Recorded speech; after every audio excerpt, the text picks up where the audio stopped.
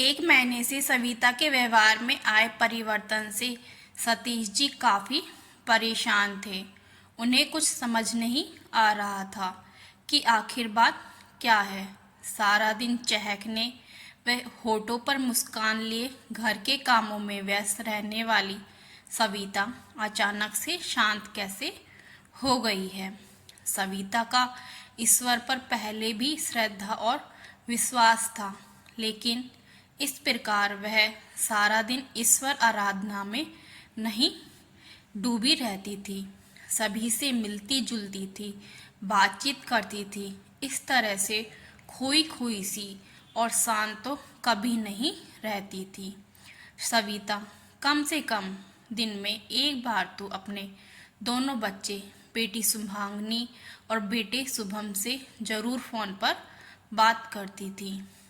बेटी शुभांगिनी का ब्याह जबलपुर में हुआ था, लेकिन वह सागर में रहती थी क्योंकि उसका पति हरीश और वह दोनों सागर विश्वविद्यालय में असिस्टेंट प्रोफेसर थे और उनकी एक बेटी भी थी, हर्षिता। बेटा शुभम और उनकी पत्नी आरती बेंगलुरु के एक आईटी कंपनी में थे। उनका एक बेटा था अंश। इधर सविता की चुप्पी सतीश जी को बेहद बेचैन कर रही थी और उधर सविता इस दुविधा में थी कि वह किस प्रकार अपने मन की व्यथा सतीश जी के संग साझा करे। सविता नहीं चाहती थी कि वह सतीश जी को उस सच्चाई से अवगत कराए जिसे सुनकर उन्हें दुख या उनके मन को ठेस पहुंचे। सविता असमंजस में पड़ गई थी कि वह सतीश जी से कैसे कहे कि जिन बच्चों को वह अपनी जान छिड़कती थी, उनके एक फ़ोन कॉल पर वह सब कुछ छोड़ छाड़ कर उनके पास दौड़ी चली जाती थी, आज उन्हीं बच्चों को अपने ही माता पिता की उपस्थिति खलने लगी है। उनके प्यार और दुलार को वे सिरदर्द समझते हैं। सविता अक्सर सतीश जी को अकेला छोड़कर कई दिनों के लिए अपने बेटे या फिर बेटी के पास उनके बच्चों को संभालने के लिए चली जाया करती थी और सतीश जी भी कभी मना नहीं करते थे। भले ही सविता की अनुपस्थिति में उनका काम बढ़ जाता था, ऑफिस के साथ ही साथ घर का भी काम उनके सिर पर आ जाता था। सविता के बेटा बहू व बेटी दामाद दोनों वर्किंग थे। उन्हें जब भी सविता की मदद की आवश्यकता पड़ती, बेटा बेटी अपनी ज़रूरत के हिसाब से सविता को अपने पास बुला लिया करते थे। पिछले महीने जब सतीश जी सेवानिवृत्त हुए थे तो पूरा परिवार इकट्ठा हुआ था। बेटा बहू, बेटी दामाद और उनके बच्चे सभी आए थे। वह देख सविता और सतीश जी दोनों को यह सोचकर अति प्रसन्नता हुई थी कि आज के ज़माने में जहाँ बच्चे अपने माता पिता को बोझ समझते हैं, वहीं उनके बच्चे उनका कितना ख्याल रखते हैं। सविता अपनी सखियों के मध्य कभी भी यह कहने से नहीं चूकती थी कि मेरे बच्चे मेरा अभिमान है। सतीश जी से तो वह अक्सर कहती, अभी तो मैं मेरे बच्चों के पास उनकी ज़रूरत के हिसाब से जाती हूँ, लेकिन आपके रिटायरमेंट के बाद हम दोनों बच्चों के पास ही चलकर रहा करेंगे। तब सविता को कहाँ पता था कि उसके अपने बच्चों का विचार उनके प्रति ऐसा है। सतीश जी के रिटायरमेंट पार्टी के बाद बेटी दामाद अपने घर जा चुके थे। बेटा बहू जाने की तैयारी में लगे थे। बहू आरती को नारियल के लड्डू बेहद पसंद थे। यही सोचकर जब सविता अपने हाथों से नारियल के लड्डू बनाकर एक टिफिन में लेकर उनके कमरे के करीब पहुंची ही थी कि वह दरवाजे पर ठिठक गई। आरती अपने पति शुभम से कह रही थी, देखो अब हमें मम्मी जी की ज़रूरत नहीं है, अंश सब बड़ा हो गया है, तो उन्हें साथ चलने को मत कहना, क्योंकि अब वो अकेली नहीं, उनके साथ पापा जी भी चलेंगे। पापा जी रिटायर जो हो गए हैं, तुमने देखा ना तुम्हारी बहन ने कैसे बड़ी चालाकी से मम्मी जी को यह कहकर टरका दिया कि मम्मी, अब आप यहाँ पापा के ही साथ रहिए, पापा को आपके साथ की जरूरत है। तभी शुभम बोला, हाँ मुझे मालूम है, मैं नहीं बोलूँगा मम्मी को साथ चलने के लिए, ठीक है। यह सब सुनकर सविता के पैरों तले जमीन खिसक गई। उसके दिल को धक्का लगा और वह पूरी तरह से टूट गई। बेटा बहू और बेटी दामाद ने उसके प्यार और जज्बातों का फायदा उठाया, यह सोचकर सविता ने चुप्पी साध ली थी। एक रोज सुबह सुबह सविता ने सतीश जी से कहा, मुझे आश्रम ले चलिए, मैं सत्संग में जाना चाहती हूँ। यह सुनकर सतीश जी ने भी बगैर कुछ कहे हामी भर दी, ये जानते हुए कि सविता को आश्रम और सत्संग में कोई खास रुचि नहीं है।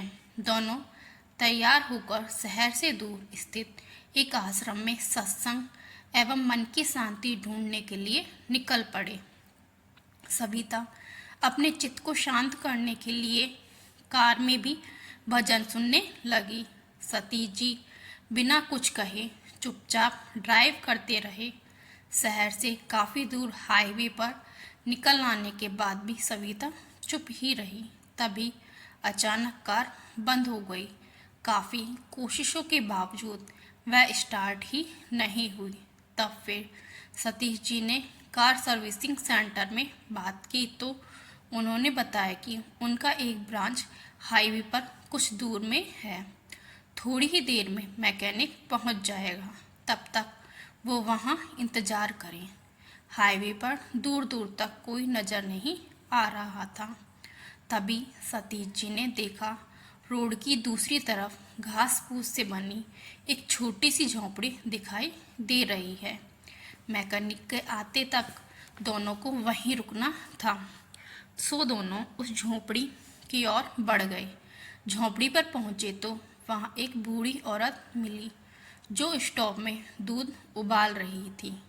झोंपड़ी के अंदर एक बेंच रखा था और सामने एक लकड़ी का पटिया जिस पर कांच की दो बर्नियां रखी थी, जिसमें एक में कुछ बिस्किट्स रखे थे और दूसरे में कुछ रंग बिरंगे रैपर में बंधे टॉफी व चॉकलेट। सविता और सतीश जी को आया देख वह बुढ़िया खुश होती हुई बोली, आइए साहब, आइए मैन साहब, आइए चाय पियेंगे।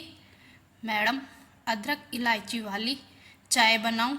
सविता उदासी भरे लफ्जों में बोली, हाँ अदरक इलायची वाली बना दो।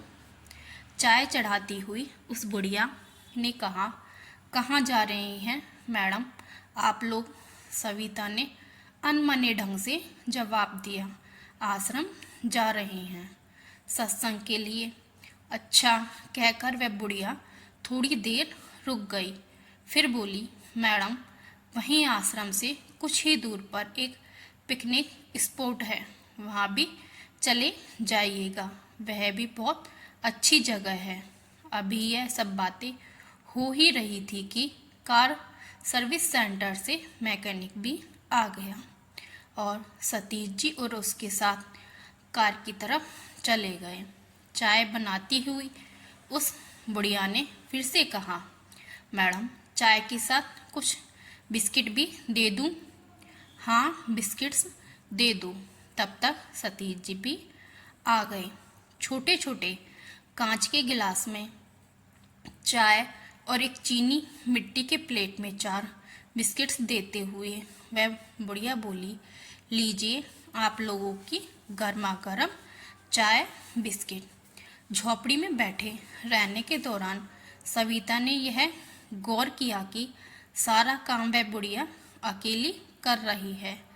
चाय भी वही बना रही है, नाश्ता भी वही बना रही है और सर्व भी वही कर रही है। केवल बर्तन उठाने व मांजने धोने के लिए ही उसने एक लड़का रख रखा है। इतना सारा काम करने के बावजूद उसके माथे पर जरा सा भी सिकन नहीं है। ऊपर से उसके चेहरे पर आए पसीने की बूंदें उसके चेहरे के संग चमक रही थी। यह देख सविता चाय का घूंट लेते हुए बोली, तुम अपना सारा काम अकेली ही कर रही हो, तुम्हारा कोई नहीं है क्या? इस पर वह मुस्कुराती हुई बोली, मैडम, सड़क के उस तरफ एक बस्ती है जहाँ मेरा पूरा कुनबा रहता है। मेरे 4 बच्चे हैं, 2 लड़का 2 लड़की, सबकी शादी हो गई है और उन सबके भी बच्चे हैं। सभी बच्चे मेरी ही गोद में पले बड़े हैं, पर आज किसी को भी मेरी ज़रूरत नहीं है। पति को गुजरे भी जमाना हो गया है।